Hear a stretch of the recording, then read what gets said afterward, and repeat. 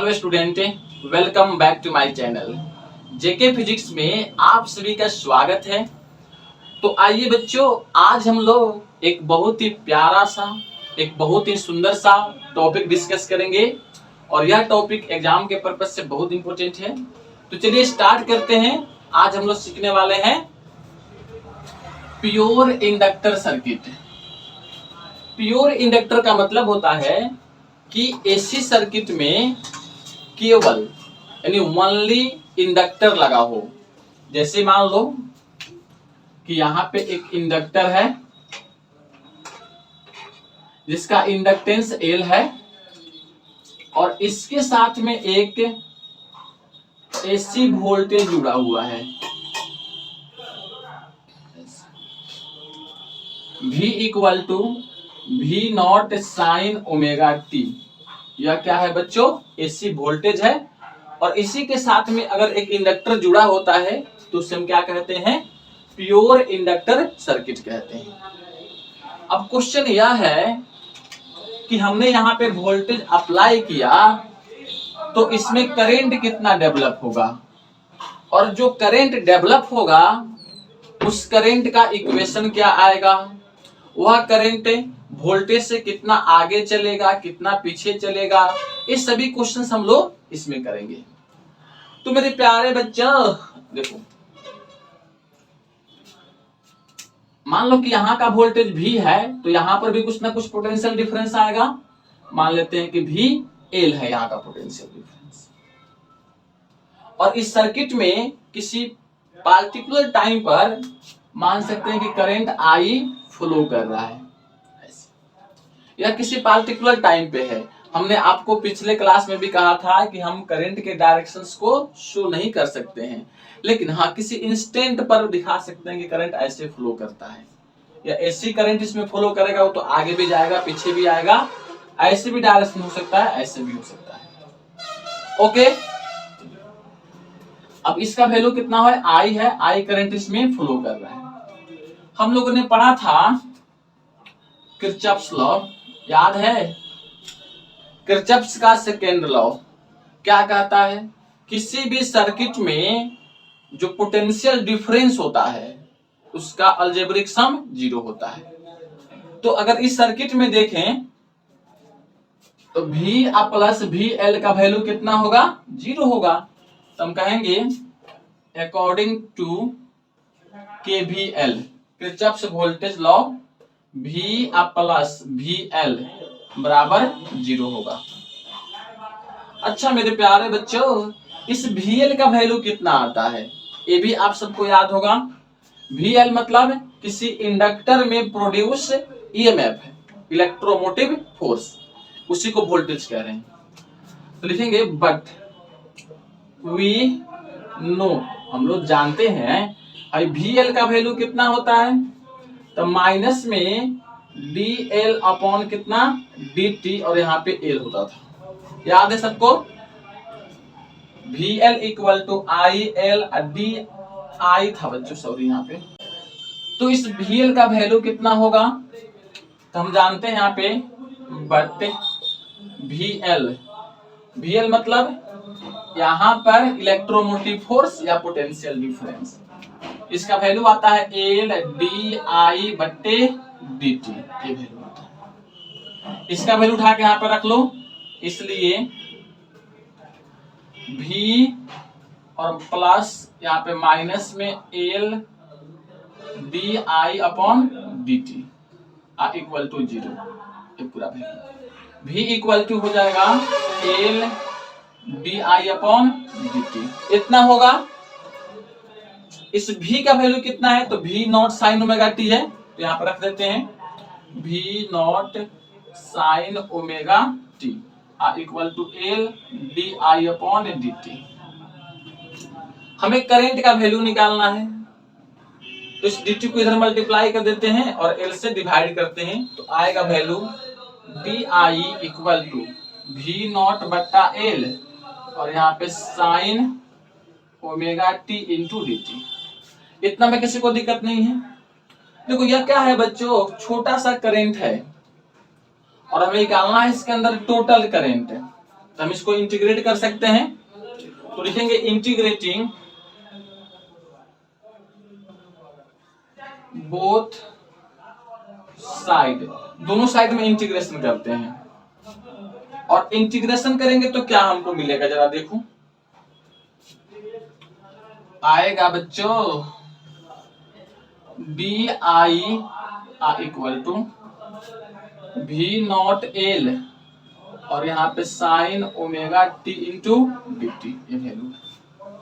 इतना में किसी को दिक्कत नहीं। अब इसका कर लेते हैं इंटीग्रेशन। इस डी आई का इंटीग्रेशन आई होगा तो हमने आई लिख दिया। भाई वी नॉट बट्टा एल तो कांस्टेंट क्वांटिटी है, इसको बाहर निकालेंगे और इसका करेंगे sign omega t into D T का इंटीग्रेशन। अब मेरे प्यारे बच्चों, आप सभी को याद होगा integration sine x into D x का कितना होता है, याद करो, माइनस में कॉस एक्स होता है।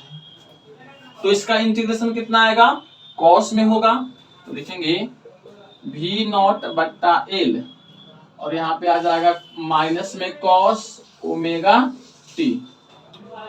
यहाँ पे टी में कितना से मल्टीप्लाई है, ओमेगा से, तो यहाँ पर भी बच्चों ओमेगा से डिवाइड हो जाएगा।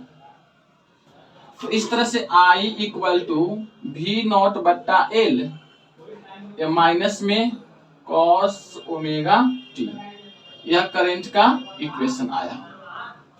लेकिन हम लोग जानते हैं कि करंट के इक्वेशंस को हम साइन के टर्म में लिखते हैं, क्योंकि वोल्टेज क्या है बच्चों, साइन के टर्म में है। इतना भी लिखेंगे तो गलत नहीं है बच्चों, ये भी सही है, करंट का इक्वेशन इतना भी होगा। लेकिन हम चाहते हैं कि इसको एक स्टैंडर्ड फॉर्म दें, साइन के फॉर्म में ही लिखें। तो हम इसको ऐसे लिख सकते हैं, क्या, आई इक्वल टू वी नॉट बट्टा, यहाँ पे ओमेगा भी है बच्चों, ओमेगा एल और यहां से हो जाएगा साइन ओमेगा टी और माइनस पाई बट्टा 2। इतना होगा क्या, एक बार ध्यान से देखो तो, देखो ये कैसे आता है, जरा यहाँ पे समझ लो, साइन और यहां से ऐसे साइन पाई बट्टा 2 माइनस थीटा, इसका वैल्यू कितना होता है, कॉस थीटा होता है ना, इतना। अगर हम यहाँ पर भी माइनस लिख दें और यहाँ पर भी माइनस कर दें तो कोई अंतर नहीं पड़ेगा। तो इस तरह से इस माइनस को अंदर ले आकर लिख सकते हैं, तो यह साइन और यहाँ से हो जाएगा थीटा माइनस पाई बट्टा 2 इक्वल टू माइनस में कॉस थीटा। तो अगर कहीं पे माइनस में कॉस थीटा लिखा हुआ है तो हम उसको साइन थीटा माइनस पाई बट्टा 2 लिख सकते हैं। वही काम हमने यहाँ पे किया है, यह माइनस में कॉस थीटा लिखा हुआ है तो इसको साइन के रूप में लाया, तो क्या कर दिया, ओमेगा टी माइनस पाई बट्टे 2 कर दिया। तो यह मेरे प्यारे बच्चों करंट का इक्वेशन आ गया, साइन के फॉर्म में है ये इक्वेशन। अब क्वेश्चन आता है, भाई ओमेगा वी नॉट बट्टा ओमेगा एल क्या है, या वी नॉट बट्टा ओमेगा एल किसका वैल्यू है। तो यह पूरा वैल्यू बच्चों करंट का पीक वैल्यू है, क्योंकि हमने क्या पढ़ा था कि इस करंट का वैल्यू मैक्सिमम कब होगा, जब यह पूरा क्वांटिटी 1 हो जाए। इस पूरे का वैल्यू कितना हो जाए, 1, नहीं समझ में आया, देखो कहेंगे when sign omega t minus pi बटा 2, इस पूरे का वैल्यू 1 हो जाएगा ना, तब करंट का वैल्यू कितना हो जाएगा, मैक्सिमम हो जाएगा। और मैक्सिमम को क्या बोलते हैं, आई नॉट बोलते हैं। तो इसमें रख दो वैल्यू, इसलिए आई नॉट इक्वल टू यहां से वी नॉट बटा ओमेगा एल, इतना हमको मिलेगा। तो यह I not equal to V not बटा ओमेगा एल हमने ओम्स लॉ पढ़ रखा है। ओम्स लॉ में क्या हमने पढ़ा, I equal to V upon R होता है। यहाँ पे आर किसको बोलते हैं, सर्किट के रेसिस्टेंस को बोलते हैं। तो अगर इस सर्किट में देखें, इस वाला सर्किट में, तो है I not equal to V not बटा ओमेगा एल है। तो इस ओमेगा एल को हम क्या कह सकते हैं, रेसिस्टेंस ऑफ दिस सर्किट कहेंगे, एल सर्किट। इसको लिखते हैं ओमेगा एल क्या कहलाएगा, resistance of L circuit. Circuit में अगर ओनली इंडक्टर लगा हो ना, तो उस इंडक्टर सर्किट का रेसिस्टेंस कहलाएगा। और इसको इंडिकेट किया जाता है बच्चों ओमेगा एल को एक्स एल से। किससे, एक्स एल से।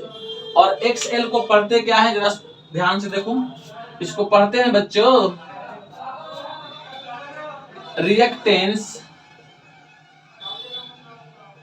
Reactance of L circuit. Inductor circuit का यह क्या कहलाएगा, रिएक्टेंस कहलाता है, या इसको बोलते हैं और करके इंडक्टिव रिएक्टेंस। ओके, तो इस तरह से एक्स एल का वैल्यू कितना हो गया, ओमेगा एल हो गया। अब क्वेश्चन आता है कि इसका एस आई यूनिट क्या होगा। तो बच्चों ये भी तो रेसिस्टेंस ही है ना, क्या है, रेसिस्टेंस। तो इसका एस आई यूनिट ओम्स होगा। क्या होगा, ओम्स। और यह मोस्ट वीवीआई क्वेश्चन से याद रखिएगा, इंडक्टिव रिएक्टेंस का एस आई यूनिट पूछा जाता है, इसका वैल्यू कितना आएगा, ओम आएगा। ओके, तो इस तरह से बच्चों या आई नॉट इक्वल टू, यहां पे देखो वी नॉट अब बट्टा इस पूरे के जगह पे एक्स एल रखेंगे, तो ऐसा इक्वेशन हमको मिलेगा। या हम इसको ऐसे भी लिख सकते हैं, ऐसे करके आई इक्वल टू वी बट्टा एक्स एल, ऐसे भी हम इसको लिख लेते हैं। जब इंस्टेंटेनियस करंट लिखेंगे ना, तो इंस्टेंटेनियस वोल्टेज बट्टा रेसिस्टेंस। जब पीक करंट लिखेंगे तो पीक वोल्टेज बटा रेसिस्टेंस, ऐसे लिखते हैं। तो मेरे प्यारे बच्चों इतना क्लियर है। ओके, अब आइए समझते हैं इसमें कि हम इसमें इसका फेजर डायग्राम कैसे बनाएंगे, सर्किट डायग्राम कैसे बनाएंगे, और कैसे जानेंगे कि करंट और वोल्टेज में कौन आगे चल रहा है। ओके स्टूडेंट, तो आइए अब जानेंगे कि वोल्टेज और करंट के बीच में फेज डिफरेंस कितना होता है, इसका वेव डायग्राम क्या होगा और इसका फेजर डायग्राम क्या होगा।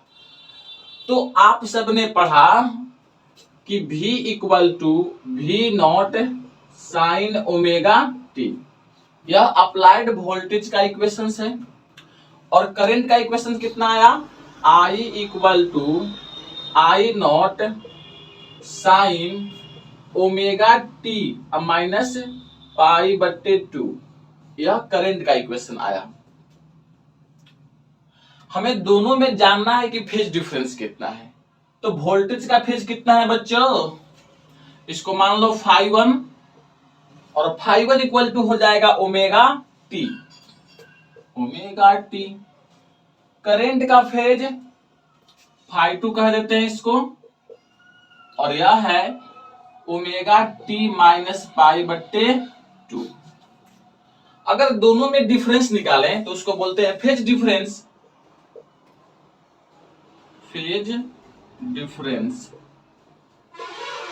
इसको हम फाई से लिखते हैं, और फाई इक्वल टू φ1 माइनस φ2 कर दो, तो यहां से फाई इक्वल टू चला आएगा, रखो वैल्यू ओमेगा टी माइनस, और ओमेगा टी माइनस पाई बट्टे 2, that means omega t minus omega T plus pi बट्टे 2, यह कैंसिल, तो फाई इक्वल टू चला आया पाई बट्टे 2,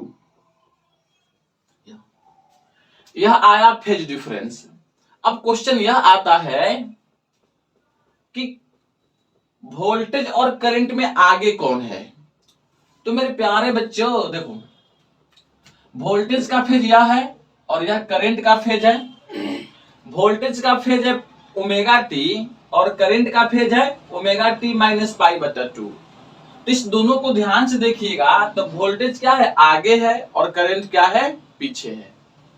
कितना से पीछे है, पाई बटे 2 से, जो कि यहाँ पे आया ना फेज डिफरेंस, उतना से करंट पीछे है। तो हम कहेंगे है यार current is lag behind by voltage by pi by 2। यानी करंट वोल्टेज से पाई बट्टे 2 से पीछे चल रहा है और वोल्टेज आगे है। क्लियर है इतना? ओके। अब इसका एक सर्किट डायग्राम देखते हैं। सर्किट डायग्राम कैसे बनेगा? सर्किट डायग्राम, या इसी को बोलते हैं बच्चों वेव डायग्राम। क्या बोलते हैं? वेव डायग्राम कहते हैं। इस पे ऐसे देखो, इस पे हम टाइम को शो करते हैं। एक्स एक्सिस पर टाइम को शो करेंगे और वाई एक्सिस पर करंट या वोल्टेज को शो करते हैं। वोल्टेज का फेज कितना है बच्चों? Omega t. और वोल्टेज का इक्वेशन है V equal to V naught sine omega t. तो इसका इक्वेशन, तो इसका ग्राफ ऐसा बनेगा, ऐसे ये तो बनेगा। यह कितना है? V equal to V naught sine omega t का। करंट में देखो, करंट कितना से पीछे है? पाई बटा 2 से। यानी जिस समय वोल्टेज 0 पर होगा उसी समय करंट कहां होगा? उससे पाई बाई 2 पीछे होगा। फिर से सुनो, जिस समय, अगर इसमें पुट करोगे ना, इसका ओमेगा टी हो गया, ऐसे समझ जाओ। अगर हम बात करें एट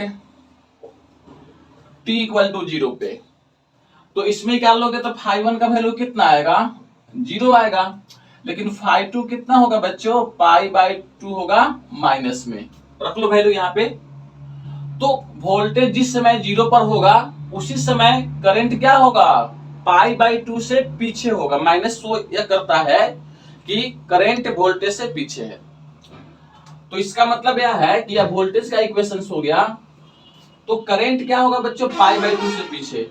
दैट मींस यहां से करंट स्टार्ट होगा, ऐसे जाएगा करंट, ऐसे, और यह हो जाएगा I equal to I naught sine omega t minus pi बटा 2 का इक्वेशन। यहां पे दिख रहा है सबको? तो यह आपका प्यारा सा वेव इक्वेशन है। आइए बच्चों, अब जान लेते हैं इसका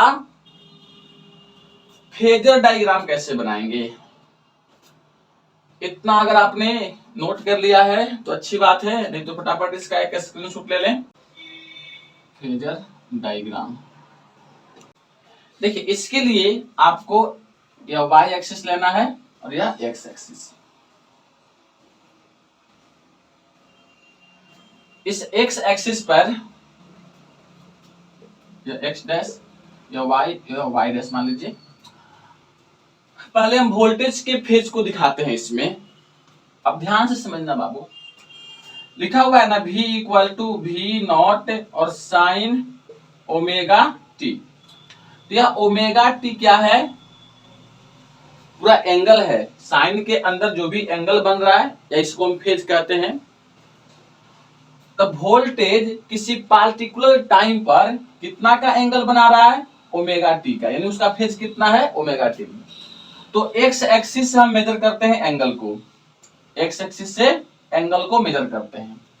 तो मान लेते हैं कि यह वोल्टेज है V नॉट और यह एंगल बनाता है इसके साथ में ओमेगा टी का। ओके, तो इसी के कॉरस्पॉन्डिंग यहाँ पे जो वैल्यू होगा वो क्या देगा बच्चों? V देगा। और इस V का वैल्यू हो जाएगा V equal to V naught sine omega t, ये आपको मिलेगा। अब करंट के बारे में देख लो। करंट का जो वैल्यू है, यानी करंट जो है वो कितना फेज डिफरेंस है, π/2 का, और फेज कितना है, ओमेगा टी माइनस π/2 है। यानी अगर इसको देखें तो करंट वोल्टेज से π/2 से पीछे है ना, पीछे। तो यहां से π/2 से पीछे एक लाइन ड्रॉ करेंगे ऐसे। यह हो गया आई नॉट का वैल्यू। कितना से पीछे है, π/2 से। ये देखो π/2 हो गया ऐसे। और इसका कॉरस्पॉन्डिंग वैल्यू इस पे आएगा, यह क्या देगा हमको, आई देगा। और इस आई का वैल्यू चलाएगा आई नॉट कितना, साइन, और यहां से देखो ओमेगा टी माइनस π/2, ये पूरा वैल्यू होगा। तो यह बन गया बच्चों आपका फेजर डायग्राम। इसमें स्पष्ट रूप से दिख रहा है कि वोल्टेज क्या है, करंट से π/2 से आगे है। या एक्स एक्सिस अपने कितना एंगल बनाता है, ओमेगा टी, और उतना से पीछे चल रहा है करंट। ओके, इसको हम ऐसे भी दिखा सकते हैं बच्चों। अगर एक लाइन ऐसे हम ड्रॉ करें, इस पे हम अगर बच्चों करंट को दिखाएं, किसको दिखाएं, करंट को, तो वोल्टेज क्या होगा, इससे आगे चलेगा। करंट का दिखाने का मतलब है इस लाइन पर एक्स एक्सिस पर हम करंट को दिखा रहे हैं, तो उससे कितना आगे चल रहा है वोल्टेज, देखो ऐसे π/2 से, π/2 से आगे चल रहा है। तो यहाँ पे जो V होता है ना, उसको VL लिखते हैं। ओके, और यहाँ पे करंट है, करंट से वोल्टेज π/2 से आगे है। यह डायग्राम आपको ज्यादा हेल्प करेगा क्वेश्चन को बनाने में। ओके स्टूडेंट, तो हमें उम्मीद है कि इतना आपको जरूर समझ में आया होगा, और इस पे क्वेश्चन हम लोग अगले क्लास में करेंगे, अगले वीडियो में। तो एंजॉय कीजिए, पढ़ते रहिए, और चैनल पे नए हैं तो प्लीज चैनल को सब्सक्राइब कर लीजिए।